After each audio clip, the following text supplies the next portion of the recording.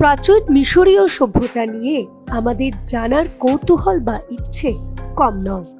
বিশেষ করে মমি নিয়ে সকলেই জানতে চায়।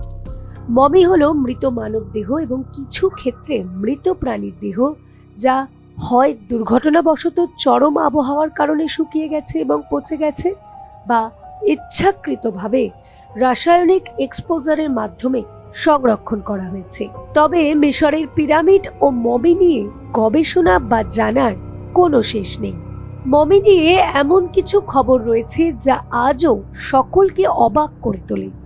তেমন এক তথ্য হলো 3000 বছরের পুরনো মমির বেঁচে ওঠা ও নিজের শেষ ইচ্ছের কথা জানানো। মমি নিয়ে একাধিক সিনেমাও তৈরি হয়েছে, যেখানে মৃত মমিকে জীবিত হয়ে উঠতে দেখা গিয়েছে। কিন্তু বাস্তবেও কি সত্যি ঘটেছে এমন ঘটনা? এই ভিডিওতে তুলে ধরা হয়েছে সেই তথ্য। মিশরের সূর্য এবং বায়ুর দেবতা ছিল আমান। মিশরের প্রাচীন শহর থিবসের কারনাকে সেই দেবতার মন্দির ছিল, আর এই মন্দিরেরই পুরোহিত ছিলেন নেসিয়ামান। 3000 বছর আগে মন্দিরেই তার মৃত্যু হয়। এত বছর পর মমি করে রাখা সেই পুরোহিতকেই ফের বিজ্ঞানীরা বাঁচিয়ে তোলে বলে দাবি করা হয়। শুধু তাই নয়, মৃত্যুর সময় তার শেষ কথা বা শেষ ইচ্ছেও বিজ্ঞানীরা শুনেছেন বলে জানা গিয়েছে। সায়েন্টিফিক রিপোর্টস নামের এক জার্নালে প্রকাশিত গবেষণাটি চাঞ্চল্য তৈরি করে দিয়েছে বিশ্বজুড়ে। এই জার্নালে মৃত্যুর 3000 বছর পর ওই মমির কথা বলার উল্লেখ রয়েছে। কিভাবে সম্ভব হলো তার ব্যাখ্যাও রয়েছে জার্নালে। কারনাকে দেবতা আমানের মন্দিরে থাকতেন নেসিয়ামান। ওই মন্দিরেই তার মৃত্যু হয়। ইতিহাসবিদদের মতে শেষ জীবনে মুখে সংক্রমণ হয়ে গিয়েছিল তার। সংক্রমণ এতটাই ভয়াবহ ছিল যে দাঁত থেকে মাড়ি ক্ষয়ে যেতে শুরু করেছিল তার। এই সংক্রমণ থেকেই সারা দেহে মারাত্মক অ্যালার্জি হয়ে যায়।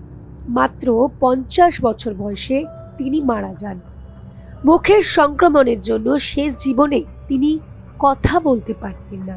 খুব কষ্টে কিছু উচ্চারণ করতে পারতেন মাত্র। তার দেহ মমি করে প্রথমে ওই মন্দিরের ভিতরের একটি ঘরে রাখা ছিল। পরবর্তীকালে 1823 সালে মমিটা উদ্ধার করে ইংল্যান্ডের লিডস সিটি মিউজিয়ামের দর্শকদের জন্য প্রদর্শন করে রাখা হয়।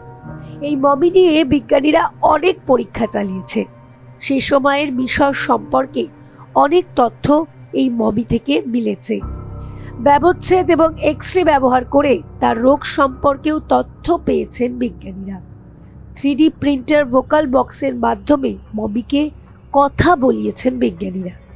মানুষের ল্যারিংসের শব্দ তৈরি হয়, আর ভোকাল ট্র্যাক প্যাসেজে সেই শব্দ ফিল্টার হয়ে অর্থপূর্ণ শব্দ তৈরি করে।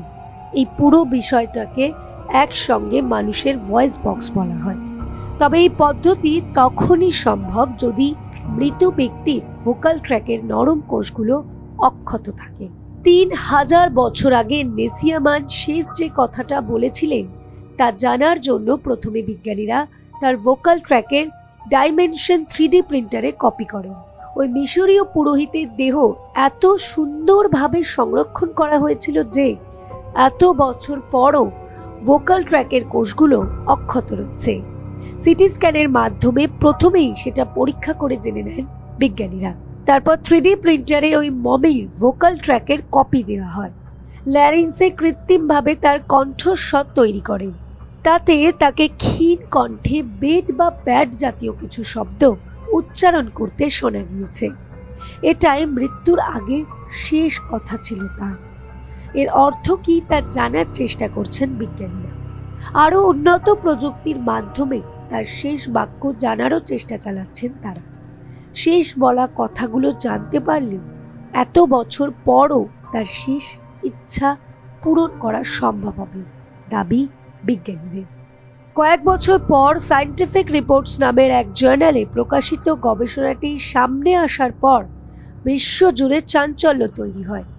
এই গবেষণা এখনও এগিয়ে নিয়ে যাচ্ছেন বিজ্ঞানীরা। এই গবেষণার আরও সাফল্য আসলে মমি ও মিশরীয় সভ্যতা নিয়ে অজানা নানা দিকের পর্দা উন্মোচন করাও সম্ভব হতে পারে। Bureau report, revolution Bengal.